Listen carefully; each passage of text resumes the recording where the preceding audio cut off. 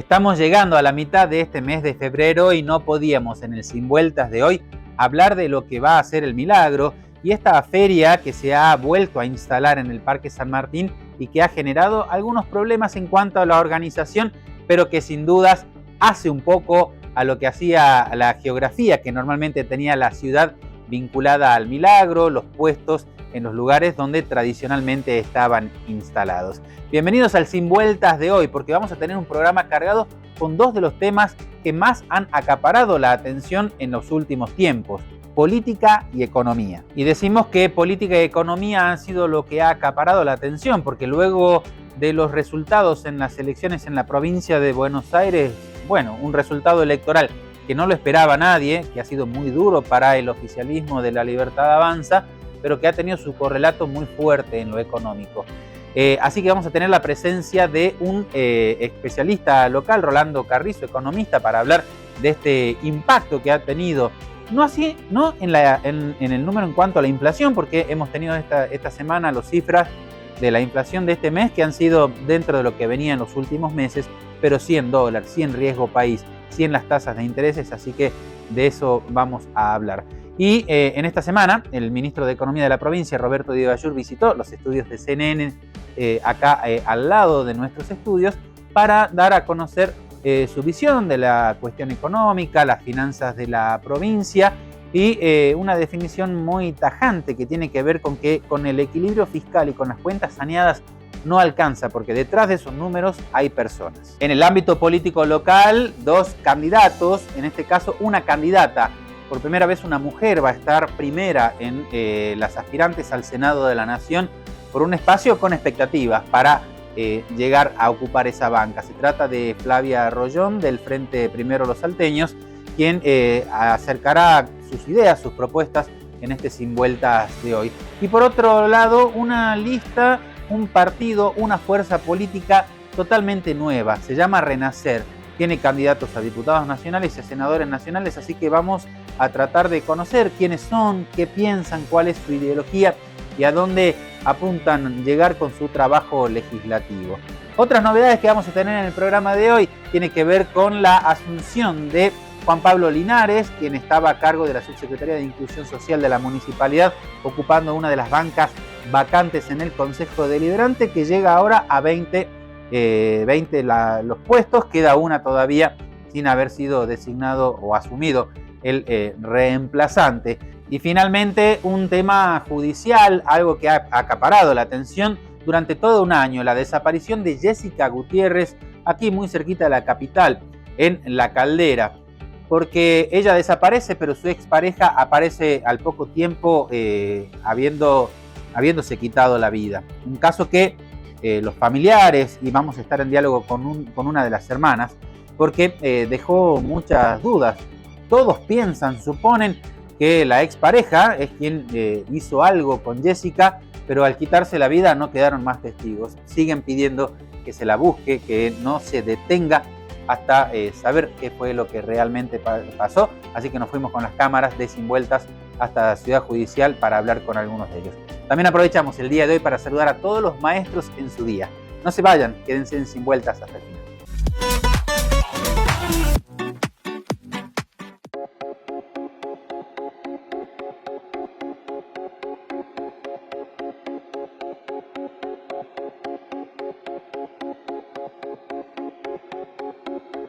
Hoy inicia la Feria del Milagro y con Sin Vueltas llegamos hasta el Parque San Martín para mostrarte un poco de esta feria. Estamos aquí con María Teresa, que está vendiendo delicias, podríamos decir. No sé con qué quedarme. ¿Qué ofreces aquí en la feria? Bueno, este es un emprendimiento familiar. Acá trabajamos mis hermanas y mi mamá y hacemos todo lo que es masitas regionales. También hacemos donitas, que es lo que buscan los chicos. Hacemos cositas saladas, tenemos chatitas con chía.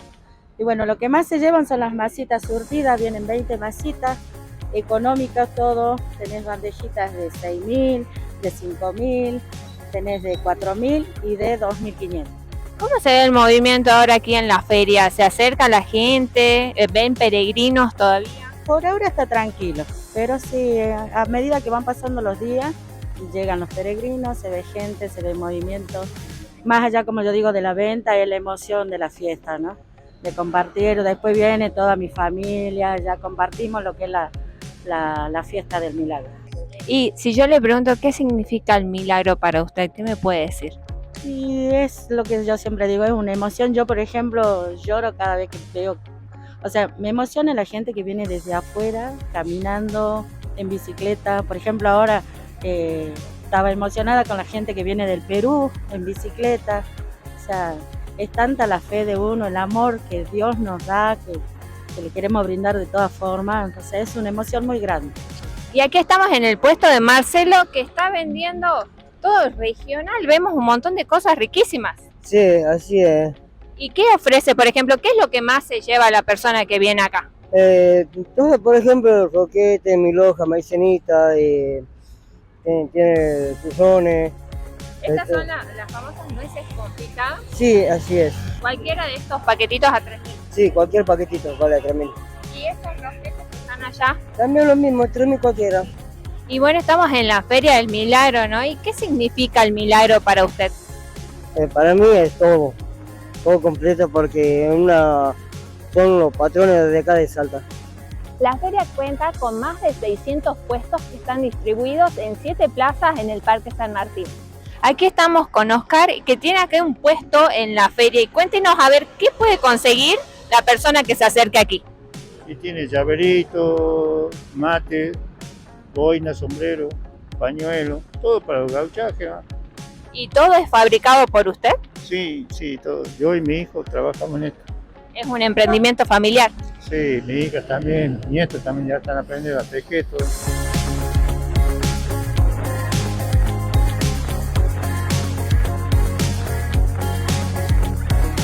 ¿Y qué significa para usted el milagro?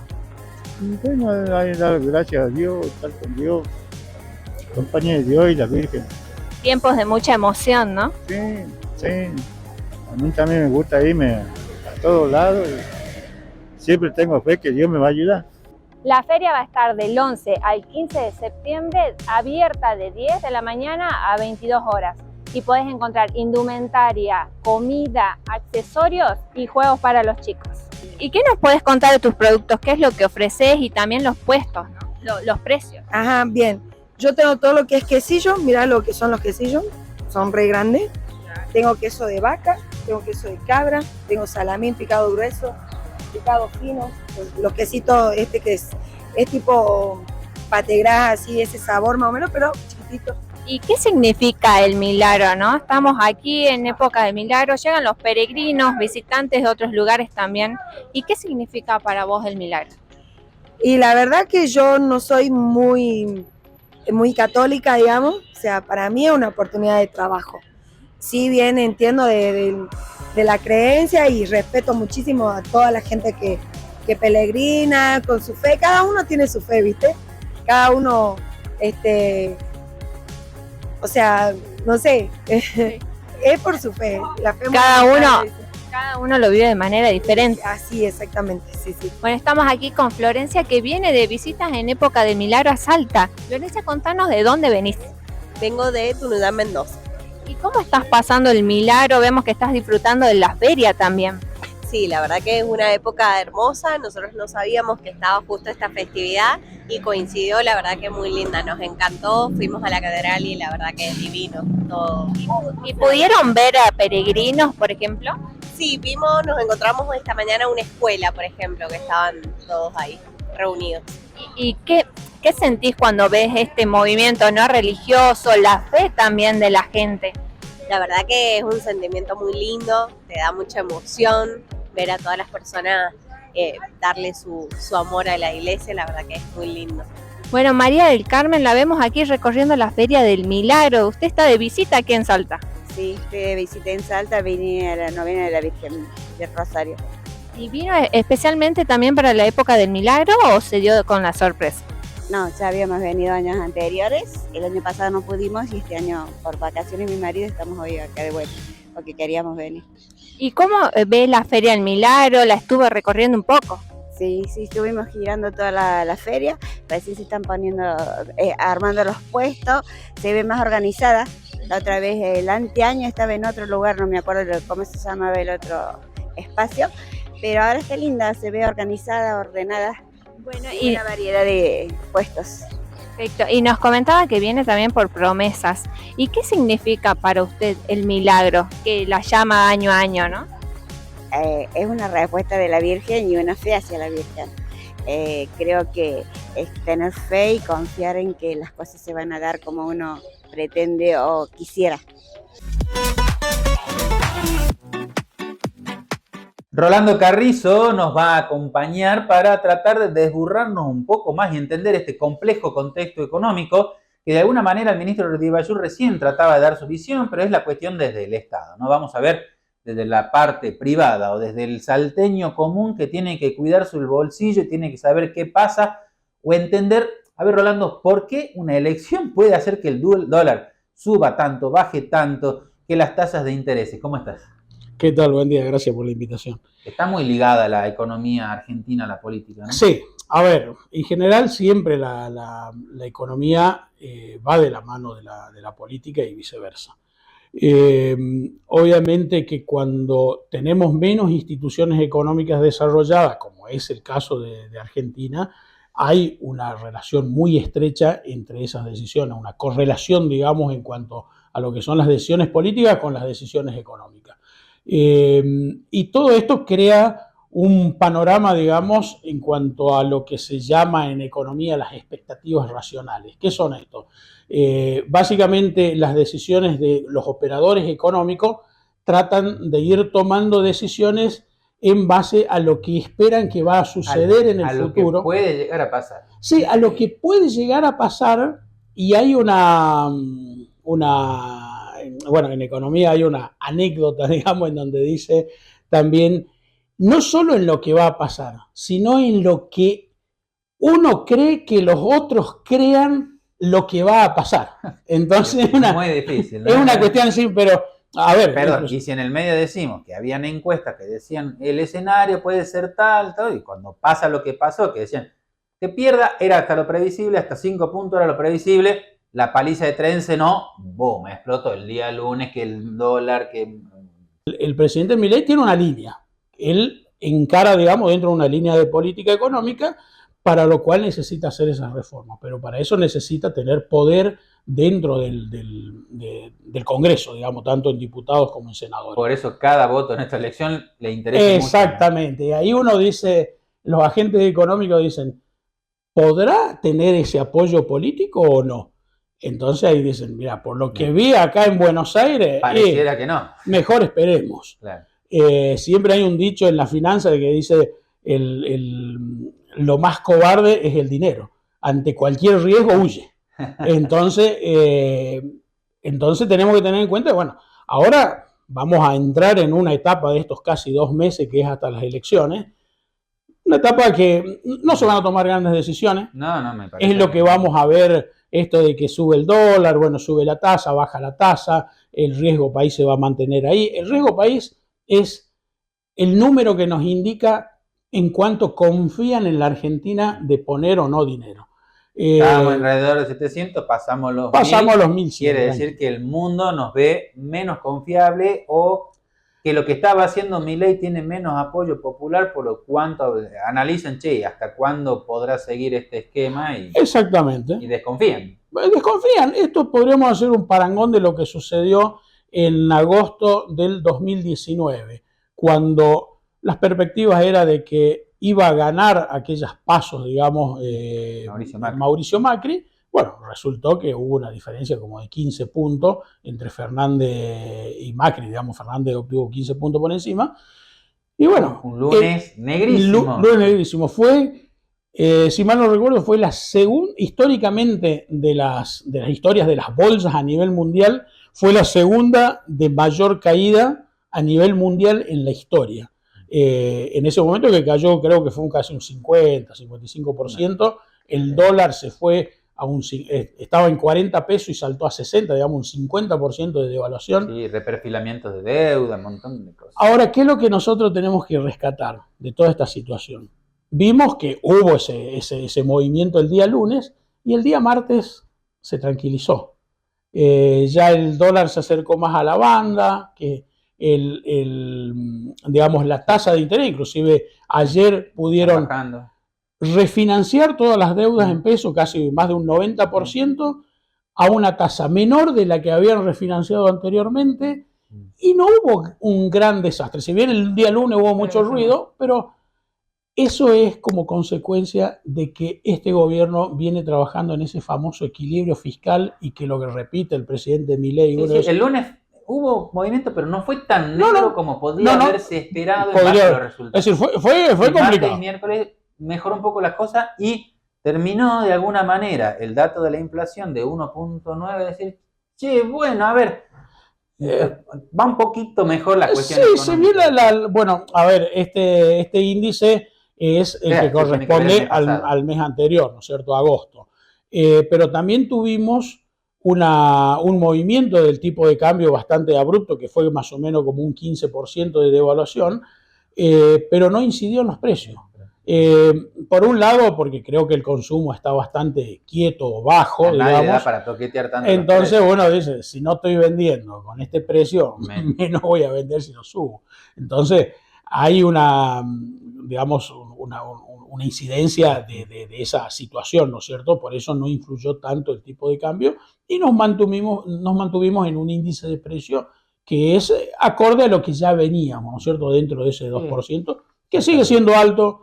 Falta todavía un camino por recorrer. Pero una maravilla de comparación. Lo que veníamos, lo que viene sucediendo en el país. ¿Vos crees que el gobierno va a seguir en su esfuerzo de mantener el dólar dentro de lo que son las bandas, que ahora, bueno, está muy cerquita del techo, pero por lo menos hasta octubre, tu parecer es que se va a mantener en eso? Sí, porque tiene la solidez financiera, en el sentido de que, si bien no tiene un banco central totalmente robusto, con una buena cantidad de reserva, pero sí está en una situación mucho mejor de la que recibió.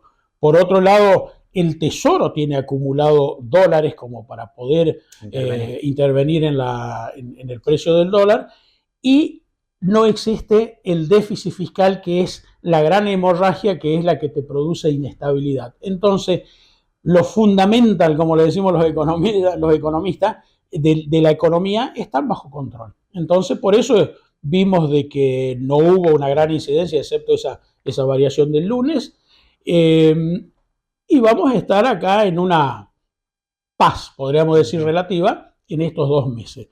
Lo que sí es muy importante, los resultados del 26 de octubre, que, bueno, sean uno, a ver, para decirlo concretamente, si razonablemente obtiene un buen apoyo político en el para el Congreso, digamos, el presidente Milei, seguramente del día 27 van a subir las acciones, se va a estabilizar el dólar, quizá el dólar va a bajar las tasas de interés, todo eso es lo que podría pasar. Ese es el panorama. En el caso que el resultado le favorezca. Y si le va mal, bueno, esperar algo de lo que nos pasa. Lo que nos pasó, no sabemos. Seguimos hablando de economía, y en este caso de la mano de Roberto Di Baiur, el ministro de Economía de la provincia, quien visitó los estudios de CNN Salta y habló de diversos temas vinculados a su cartera, cuestión de obras, cuestión presupuestaria, la falta de recursos nacionales, y también se refirió a que, si bien a nivel nacional los grandes números trataron de mantener un superávit, que el dólar no suba, eso no alcanza para una visión económica donde por detrás están las personas. Bueno, entonces la primera pregunta es, sostengo el tipo de cambio bajo. ¿Por qué le conviene al gobierno sostener el tipo de cambio bajo? Porque hay una palabra que se introduce que se llama pass-through, es decir, si yo tengo un tipo de cambio alto, o sea, si hay devaluación, me voy a ir a inflación. Entonces, en Argentina el pass-through se produce con velocidad. Entonces, suba de dólar, sube inflación, por lo tanto pierdo elecciones. Entonces, porque el bastión de este gobierno es una economía ordenada, con equilibrio y con baja inflación. Entonces, si yo pierdo esas elecciones, dice, no, aguantemos hasta octubre, porque si yo aguanto hasta octubre, pisando el dólar, pisando la inflación, gano la elección, de repente el riesgo país me va a bajar. Ahora, ¿qué es lo que sucedió? ¿Cuánto es el riesgo país de Uruguay y de Paraguay? De 200 puntos. ¿Cuánto 200 puntos? Un 2% más de tasa. ¿ok? Nosotros, en vez de bajar de 400 a 200, fuimos de 400 a 900, más o menos 900, cerca de 1000, cerca de 890. Entonces, en vez de acuerdo a la última elección. Sí. Entonces, en vez de bajarnos, nos subió. Entonces, también decir, che, ¿es factible que por una elección después te baje el riesgo país a un nivel donde puedas ir en el mercado de capitales? Bueno, esa es la duda. Si yo soy pyme, vos me decís no tomen crédito. No. Yo soy pyme, soy comerciante. No estoy llegando a fin de mes. Ayer con un compañero de laburo en el canal me dijo, es la tercera vez que pido un préstamo para poder cumplir con los pagos que tengo del mes. Sí. Las pymes están en una situación muy complicada y voy a entrar al punto ese en particular. Una tasa de interés alta, esa es otra relación básica que te enseñan en economía. Sube tasa de interés, cae la actividad económica. ¿Por qué? Porque si sube la tasa de interés a este nivel y vos tenés 100 pesos, querés ponerlo a un plazo fijo de 70 que consumirte una campera. Sí. ¿No? Bueno, si vos sos una pyme y querés tomar un crédito con una tasa de interés que le van a cobrar 100 y pico %, ¿qué negocio tiene que tener que te dé una tasa de retorno más alto que el 100? En una economía que viene estancada. No hay chance. Entonces, seguramente se va a meter en un problema. Esa pyme se va a meter en un problema si está pagando gastos corrientes con un crédito al 100%. Porque después la empieza pregunta la rueda es cuántas veces préstamo más para pagar el préstamo. Exacto. ¿Cuántas veces más va a poder hacer eso? Pero cuando le pasa eso a la pyme y le pasa eso al consumidor, hay menos actividad económica, hay menos IVA, hay menos ingresos brutos, hay menos ganancia. Y las provincias empezamos a tener problemas, la nación empieza a tener problemas y los municipios empiezan a tener problemas porque hay menos recursos, pero hay más necesidad de la gente y hay menos recursos. Ese modelo se llama ortodoxo. Es un modelo que implosiona, te bajo la inflación a costo de todas esas cosas. Entonces ese trade-off y el costo es que gente se quede sin laburo, Sí. que pymes cierren y que vos no llegues a fin de mes. El modelo ortodoxo plantea eso. En contraposición a eso, en la escuela aparece la heterodoxia, que te dice lo siguiente: vos tenés que ponerle fuego a la economía, impulso a la economía, ¿no? Y con eso vos vas a crecer y ese crecimiento va a hacer que vos tengas mayor recaudación y esa mayor recaudación te va a dar el equilibrio fiscal.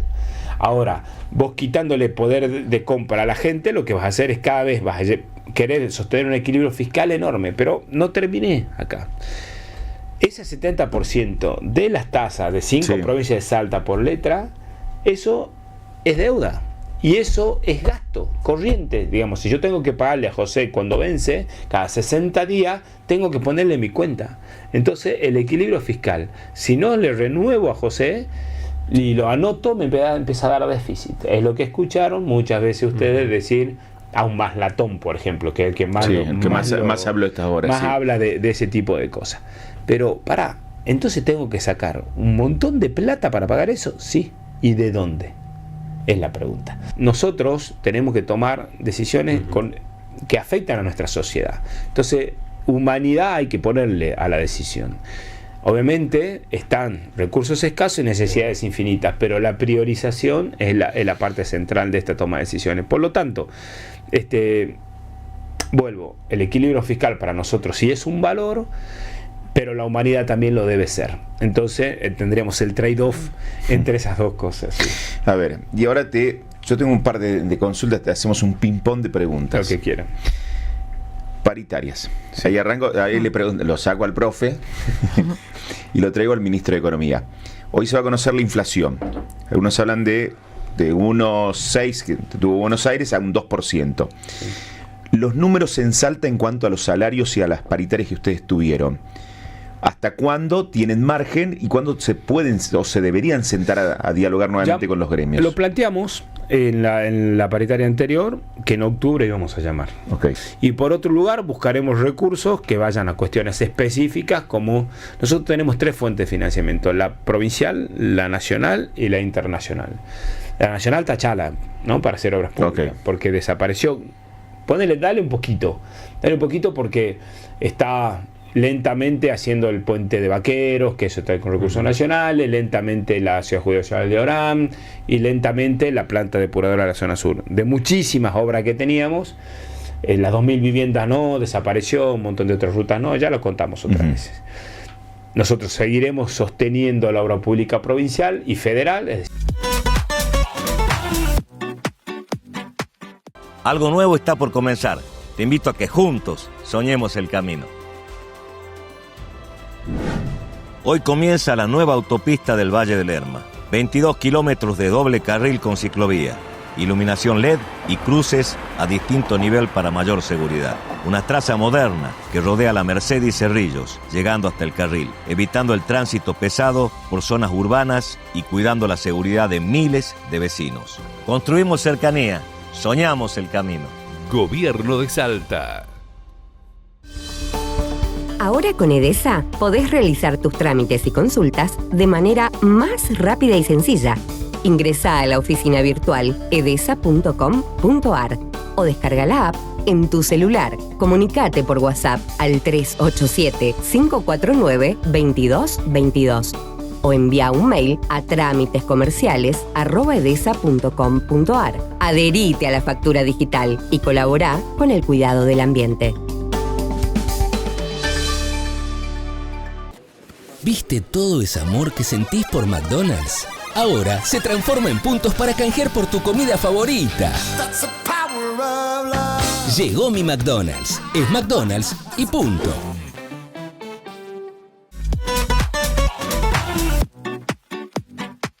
Bueno, y nosotros seguimos en Sin Vueltas y de a poco nos vamos acercando ya al momento que todos esperan, lo que va a ser las elecciones de octubre, y por eso ya tenemos con nosotros a la ingeniera Flavia Rollón, candidata a senadora por el Frente Primero de los Salteños. ¿Cómo le va, ingeniera? ¿Cómo está? ¿Qué tal? ¿Cómo estás? Buen día. Bien, muy bien. Bueno, vamos a arrancar hablando un poco de las últimas declaraciones del gobernador Gustavo Sáenz, que llamaron un poco la atención, hablando de esto de la relación con Nación. Utilizó esa analogía de Paloma de Iglesia para decir que evidentemente no estaban llegando buenas intenciones de parte de Nación vinculado a obras y demás. ¿Cómo están trabajando en ese sentido? Y bueno, tiene razón. El gobierno nacional se comprometió con obras para Salta, firmaron la ruta 934, terminar escuelas, la ruta 51, bueno, una serie de obras y no cumplió.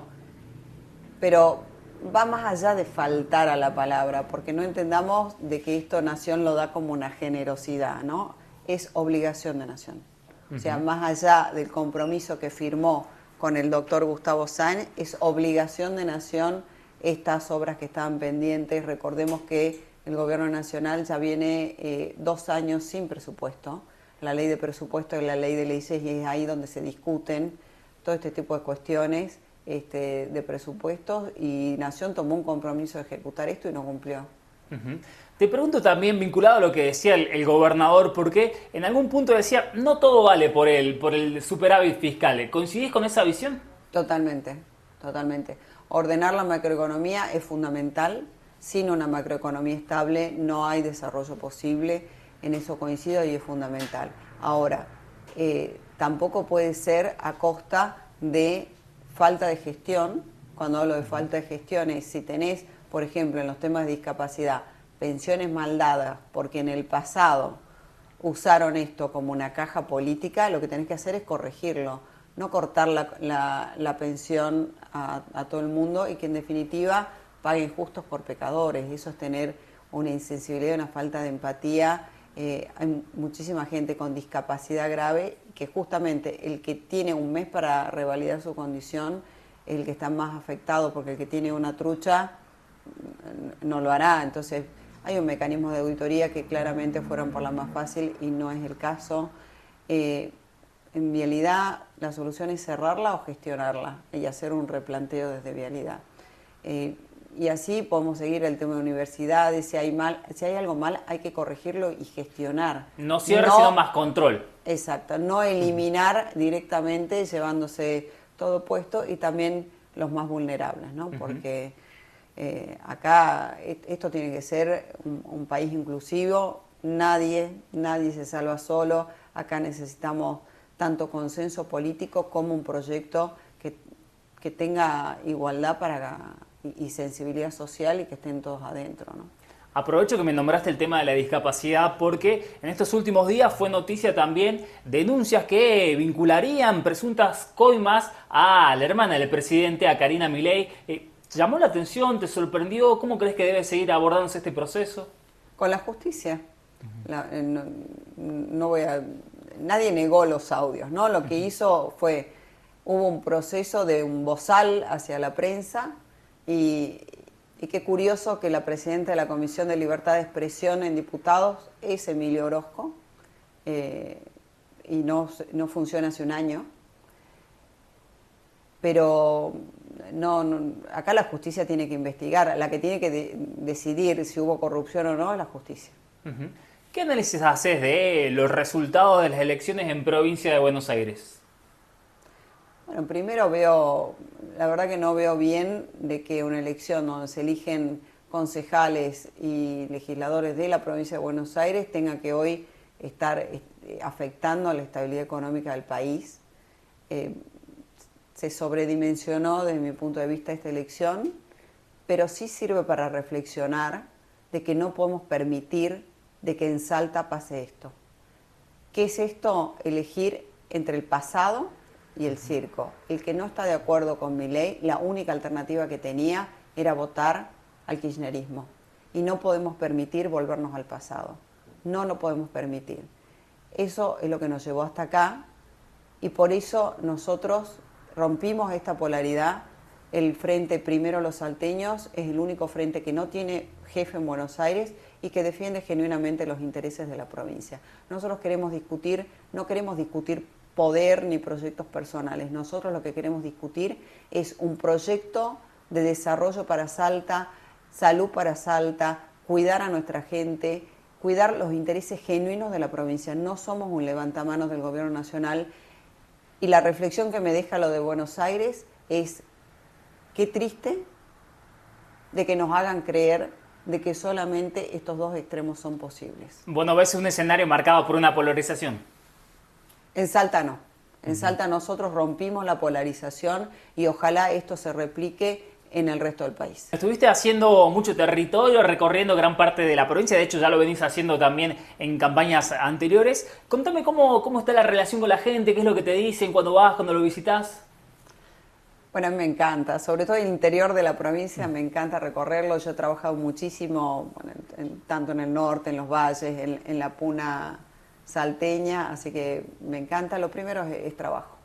Lo primero es trabajo, se siente la necesidad de trabajo. Empleo. Y lo importante es generar oportunidades de empleo, pero no cualquier empleo. Un empleo formal, un empleo digno, eso es lo que tenemos que generar. Salta necesita 25.000 puestos de trabajo para estar en pleno empleo. Ese tiene que ser nuestro objetivo. Cuando uno tiene un trabajo, tiene un buen empleo, bien remunerado, se acomoda a sus expectativas, se acomoda a su salud, se acomoda su familia. Ese tiene que ser nuestro principal objetivo. Y por supuesto, detrás de ese desarrollo también generar más recursos para que la provincia pueda dar mejor servicio en salud, en educación, en seguridad, que hoy lo tienen a cargo las provincias, no nación. Las provincias son las que tienen a su cargo la salud, la educación, la seguridad y la administración de justicia. Necesitamos generar más recursos que se generan con desarrollo para que la provincia pueda pueda afrontar estas obligaciones mejor. Bueno, el gobernador dijo que si hace falta va a acampar en La Rosada. ¿Lo acompañás? Totalmente. Acamparé junto con el gobernador Sáenz en La Rosada para que Nación no tan solo cumpla su compromiso, se haga cargo de su obligación. Primero que nada, bueno, agradecerle muchas gracias por su presencia acá en este Sin Vueltas con este bloque de política electoral. Vamos a estar hablando con ustedes, conocerlos, en el caso Doctor Bedia, en el caso Pancho, me decían que es más conocido como Pancho Rivas Vila, es más fácil. Candidato a senador. Y bueno, si nos puede contar en primer lugar de qué se trata Renacer. Bien, muchas gracias por la invitación primeramente. Y voy a empezar por el nombre que surgió. Justamente tengo y tuve la oportunidad de recorrer la provincia más de 15 años y como cristiano que soy, si acá en Salta, una gran ciudad, hay necesidades, en el resto de la provincia, en lugares profundos de Salta, ahí se ve la indigencia o el hambre o gente en muy mal estado, ¿sí? Y son papás sin oportunidad, hijos sin oportunidad, nietos sin oportunidad, bisnietos sin oportunidad en esta Salta, que hace 40 años que estamos y en democracia, o más de 40, y seguimos en ese punto sin sin tener un horizonte principalmente hacia los jóvenes. Por eso hice el proyecto, propulsé y se concretó el partido con el esfuerzo de personal policial, servicio penitenciario y la colaboración también de la gente de instituciones como salud, docente y otras personas de la comunidad. Gracias a Dios, con todo el apoyo de eso. Doctor Bella, en su caso, y para la gente que nos está viendo, es comisario retirado, ha tenido un paso por la fuerza policial, es abogado y ha estado presente en grandes casos donde ha habido, sobre todo personal policial involucrado, casos judiciales resonantes, y de ahí lo conocíamos previamente a esta su primera participación electoral, entiendo. Sí, hace cerca de 20 años defiendo personal policial cuando estaba en función, y ahora que estoy fuera como retirado de la policía, sigo defendiendo al personal policial, a la familia, como también al servicio penitenciario. Y tuve la oportunidad de gran evento jurídico, digo, gran relevancia o gran voltaje, como en el caso del comisario Burgo, que estuvo con 3 efectivos más, 3 años detenido, y bueno, logramos la absolución de estos 4 efectivos que quedó marcado en la historia de la policía, que cumplieron con el deber, y justamente la justicia sobreseyó a ellos, le dieron la absolución. Y otro caso relevante, tuve como acompañando a los 43 familias de los gendarmes que padecieron en ese accidente, que fue resonancia a nivel nacional. Bueno, y en el caso tuyo, Pancho Rivas Vila, bueno, con una trayectoria siempre desde el ámbito profesional, y nos contaba ya en el 4º mandato en el Colegio de Martilleros, ¿así? Claro, yo soy martillero público, corredor inmobiliario, y estoy en la presidencia del colegio profesional ya transitando mi 4º mandato. Bien, ¿y cómo se da tu llegada ahora a la política? Política partidaria, ¿no? Porque política cada uno hace en su sector, pero bueno, ser candidato es exponerse a otro terreno. Totalmente. Yo llegué de una manera muy fortuita, bastante impactante, te diría, porque yo no estaba buscando dedicarme a la política, no estaba en mi proyecto de vida. Entre su equipo más cercano surgió mi nombre como una posibilidad de candidatura. Fue así que nos conocimos, tomamos un café el día sábado, el domingo cerraban las presentaciones de la lista, tomamos un café el sábado a la mañana, nos conocimos, nos dimos cuenta que comulgamos muchísimo en todas las ideas que tenemos, y me propuso ser candidato en primer término para senador nacional. Bueno, interesante, ¿no? Esos desafíos, esas cuestiones que a veces la vida nos plantea y nos hace dar un golpe de timón, a veces inesperado. Pero para ubicar a la gente en este mapa electoral, donde vamos a tener, como decíamos, por primera vez boleta única en papel, 9 son las distintas fuerzas o partidos que van a estar participando en 2 categorías, senador nacional y diputado nacional, y decíamos que han sido muy favorecidos en este sorteo del azar, donde decían, bueno, ¿cuál es la ubicación en la boleta? Renacer está al medio, justo en la mejor de las ubicaciones, creo yo, desde lo visual al momento de ver esa boleta única en papel, han resultados elegidos en el medio.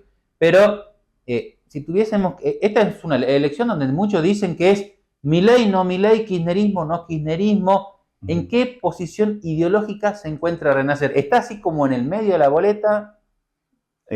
Aquí una de las cuestiones principales que tiene el partido como esencia, y bueno, me permito, justamente hablando de esta situación, cuando yo empecé con el partido, como digo, me invoqué en el Señor, si era para esta consigna de pensar en el prójimo y hacer las cosas por el prójimo, estuve más que convencido que así se iba a hacer. Y cuando se concretó el partido, buscamos siempre tener entidad propia, que este partido sea renacer a la vida, renacer a mejor situación de la gente, y nosotros somos un camino distinto, lo buscamos desde el primer momento, podrán tener situaciones los otros partidos, las otras ideologías, pero nosotros el apoyar a los más necesitados, en este caso discapacitados, y a los jubilados que son más vulnerables, hemos buscado como eje principal también la economía, propulsar la economía, los ejes principales de la seguridad, salud, docencia, y el punto clave acá, capacitar a los menores, porque como dije anteriormente, en el interior se ve mucha más necesidad, acá también en Salta Capital, en otras ciudades grandes, pero Renacer va a hacer mucho hincapié en la educación de las personas y los jóvenes para que el día de mañana sean formados como jóvenes de bien, hombres y mujeres que necesita esta sociedad. Nosotros ideológicamente nos ubicamos en el centro y nos pareció también muy interesante que la boleta estemos en el centro. Sí, qué coincidencia. Porque parece que lo hubieran hecho pensando en nuestra ideología. Nosotros entendemos que, ¿por qué el centro? Porque no hay que ser ni tan de izquierda ni tan de derecha, porque la gente tiene una vida diaria muy distinta a la que tiene la gente que decide su vida. Venimos esperando que esto se solucione y se nos está yendo la vida. Y vemos que no le estamos dando ninguna salida a nuestros hijos y menos a nuestros nietos. Entonces, hay que morigerar. La derecha no puede ser una derecha despiadada, no puede ser una derecha que no piense en la gente, que no sea reflexiva, que no tenga corazón. Entonces hay que morigerar esa derecha, porque esa no es la derecha. La derecha es una ideología que apoya todo lo que es el orden, pero sin destrozar al ser humano. Y entonces, lo que le ha pasado el otro día al gobierno nacional es el resultado de pegarle a la gente donde más le duele. Porque uno puede coincidir con ciertas premisas, ¿no es cierto? Que no hay plata, que el endeudamiento, que venimos de una inflación insoportable, que no se puede seguir dándole a la maquinita y todas esas cuestiones que sabemos que son ciertas. Y que creo que nadie las discute. Y nadie las discute, pero los jubilados no pueden seguir viviendo con lo que ganan, de hecho no viven.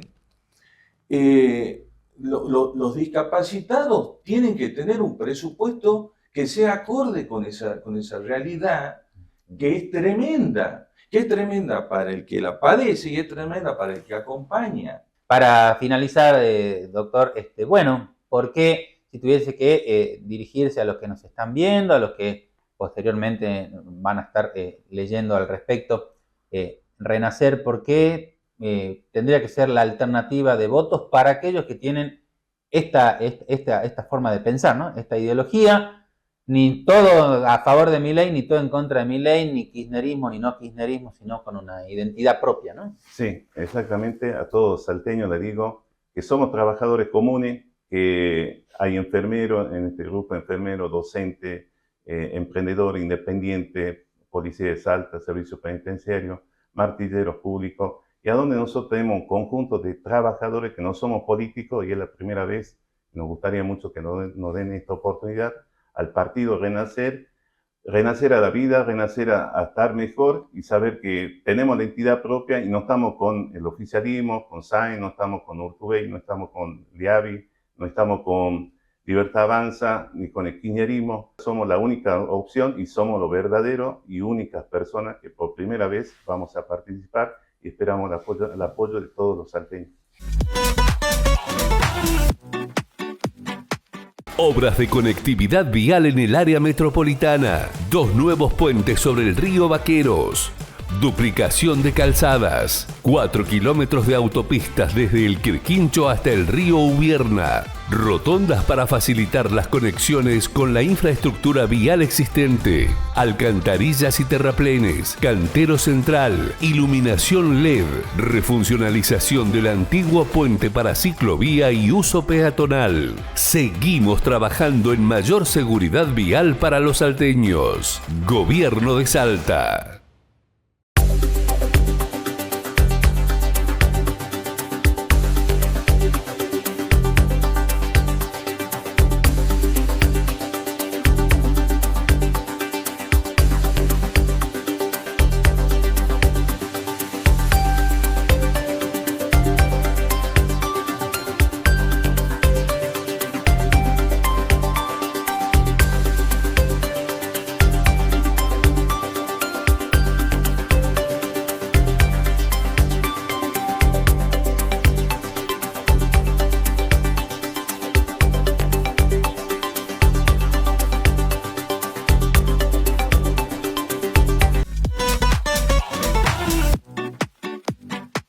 Bueno, luego de esta cortita tanda volvemos aquí en Sin Vueltas y vamos a trabajar, a abordar el tema de la asunción de Juan Pablo Linares, subsecretario de Inclusión Social, en una breve pausa en su gestión, porque has tomado licencia, ¿verdad? Sí, en realidad lo más prolijo y lo que hice fue renunciar al cargo que tenía. Fue una renuncia. Sí, fue una renuncia para poder asumir como concejal, que es una enorme responsabilidad, es una gran alegría, pero también una enorme responsabilidad. Mirá vos, sí.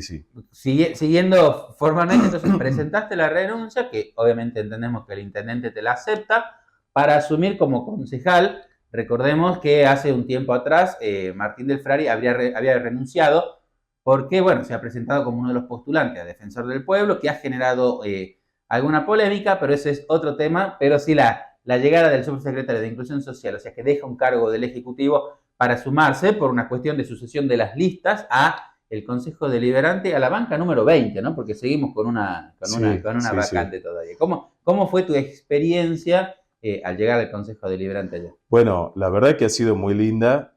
Primeramente, no puedo dejar de nombrar a un gran compañero como es Martín del Frari.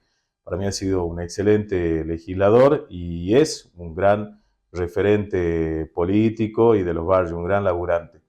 Bueno, me toca asumir, ayer me tocó asumir. Ha sido una experiencia muy linda, he sido muy bien recibido por mis pares, por todos. Imagino que ya los conocías por tu gestión, seguramente algunos de ellos hay como diálogo, te piden cosas o les acercás alguna solución y demás, ¿no? Sí, con la mayoría. Ya hemos trabajado, empezando por el presidente, por Darío Madile, también un compañero de trabajo, de territorio. Así que bueno, ha sido muy buena y yo desde mi punto de vista personal pienso seguir con una impronta que es la que yo vengo trabajando desde hace muchísimo tiempo, hace muchos años, que es de barrio, con la plenitud de la palabra, ¿no? Estar en los barrios, con lo que eso significa. Sí, porque algunos la utilizan muy de eslogan nomás, ¿no? De eslogan, exactamente. Sí, es la verdad, es lo que vos decís. Ese es mi laburo. Yo hace muchos años que laburo en el sector social, que trabajo en este proyecto aportando desde el sector social. Y estar en un barrio significa acompañarlos en las cosas lindas, en las fiestas, en las cosas malas, en las situaciones que le pasan a los distintos barrios. Ayer en la sesión yo también decía, a veces, por ejemplo, el fuego no reconoce extracto social ni franja etaria, como nos había tocado estando en función en el Ejecutivo, tener que combatir en Villa Los Sauces el barrio, el fuego, poner a resguardo a la gente que estaba corriendo peligro, trabajando conjuntamente con la gente que sabe, que son los bomberos, el 105, y a la tarde hacer la misma tarea en Villa Violeta, dos realidades a lo mejor económicas distintas y que habían tenido un mismo sufrimiento. ¿Y por qué te nombro esto? Porque yo ayer, cuando asumí, hablaba de que nosotros levantamos la bandera y creemos en el Estado presente, en un Estado que sea eficiente, en un Estado que sea inteligente y que esté presente acompañando en los momentos donde es necesario acompañar. Para eso está el Estado, para acompañar y para generar oportunidades de superación. Nosotros creemos que representamos eso y bueno, en eso vamos a seguir trabajando. Me tocó trabajar desde el Ejecutivo Municipal, ahora desde el Legislativo, que yo considero que en el Consejo voy a poder afianzar muchas herramientas, siempre por supuesto con un tinte social, si bien me toca representar en todos los temas, y mi aporte va a ser siempre que sea positivo en todo lo que se pueda.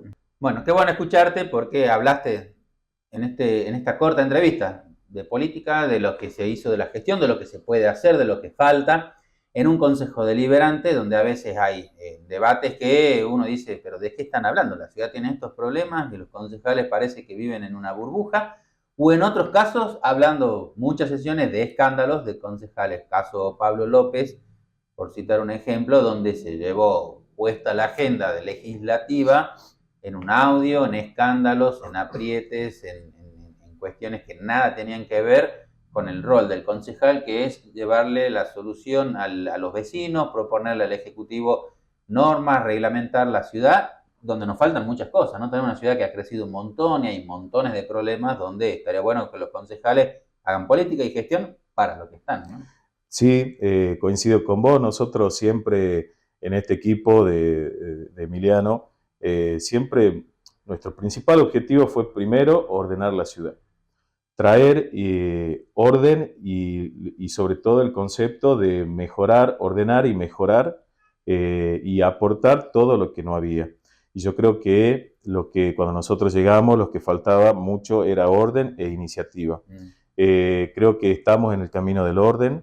Definitivamente tenemos la iniciativa, que la iniciativa se tiene que entender con el concepto de adelantarse a los problemas que el vecino tiene en el barrio. Y si no nos podemos adelantar, por lo menos acompañar esa problemática. El Consejo Deliberante es la primera caja de resonancia y definitivamente, como vos lo decías, nosotros tenemos que ocupar el tiempo en hablar, en charlar, en debatir y en solucionar los problemas de la gente. Para eso estamos, ¿no?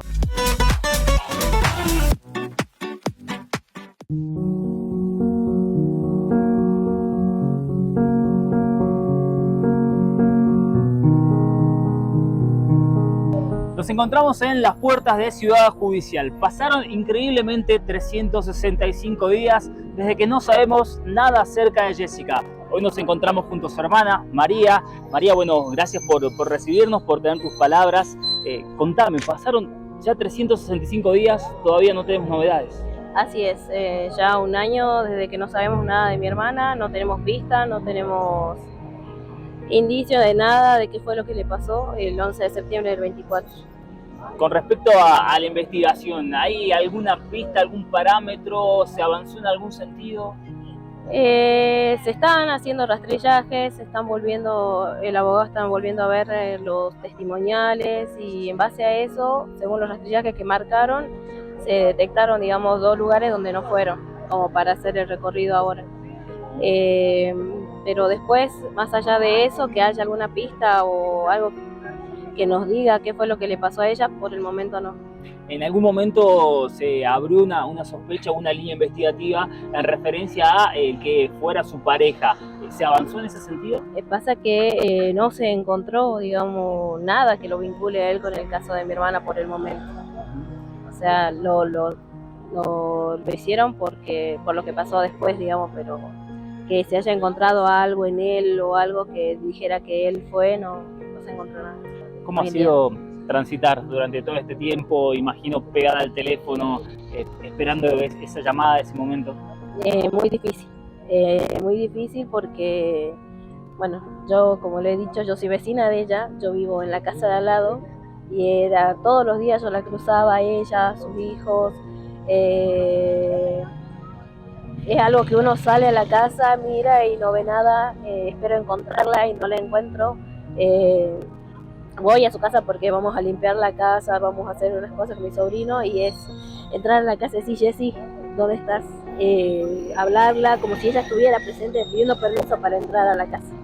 Pero es muy difícil y se la extraña muchísimo, la verdad. Porque verlo a los hijos y que a veces te preguntan, tía, ¿y cuándo la van a encontrar a mi mamá? Los niños son niños y la necesitan un montón porque son chiquitos todavía. Ellos la necesitan como todo niño, que espera que su mamá venga, los arrope, los lleve a la escuela. Sabemos que pasó tiempo, pero imagino que la fe está intacta en poder volver a verla, poder volver a hablar con ella, ese abrazo que tanto hace falta. La verdad que sí, porque al no encontrar pistas de si está muerta, al no encontrar un cuerpo, la familia tiene todavía la esperanza que esté viva en algún lugar, que alguien se la haya llevado y que le pedimos a la persona, si es que realmente se la llevó alguien, que si ella debe algo o si está pagando algo que no debe, nosotros se lo podemos pagar, no juntamos lo que tengamos que juntar para pagárselo mientras ella esté con nosotros. ¿En algún punto te da fuerza hoy, acompañada por mucha familia, sí. muchos vecinos? Sí, la verdad que sí. es algo que, digamos, es algo que reconforta, digamos, saber que no es solo a los familiares más cercanos que no importa la aparición de mi hermana, sino al resto de la gente, al resto del pueblo, al resto de las personas que quieren ayudarnos a encontrarla. Por último, María, te agradecemos todo. Si querés hablarle a la gente, pedirle por ella, si alguien la vio o si alguien la tiene, para poder mandarle un mensaje. Sí, decirle que si alguien la vio, que llame al 911, puede ser de forma anónima. Hay una recompensa de 6 millones por quienes brinden datos certeros sobre el paradero de ella. Y si alguien sabe algo o escuchó algo, que lo diga, porque más que nada por sus hijos. Porque son 4 niños que la necesitan constantemente. 4 niños a los que ella los acostumbró a estar, depender de ella más que nada. Y bueno, eso nada más, que se pongan la mano en el corazón y piensen que hay una familia que la espera y que la necesita mucho.